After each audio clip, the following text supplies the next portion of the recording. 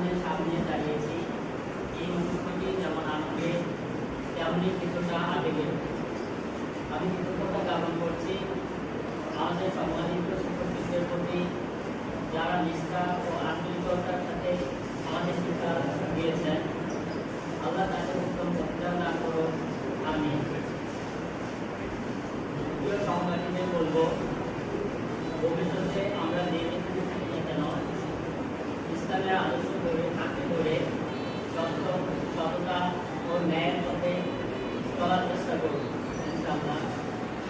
এবং আমরা আজকে এই পর্যায়ে যাদের কষ্টের বিনিময়ে এসেছি, আমাদের সেই মা বাবাকে আমরা কখনোই করবো না।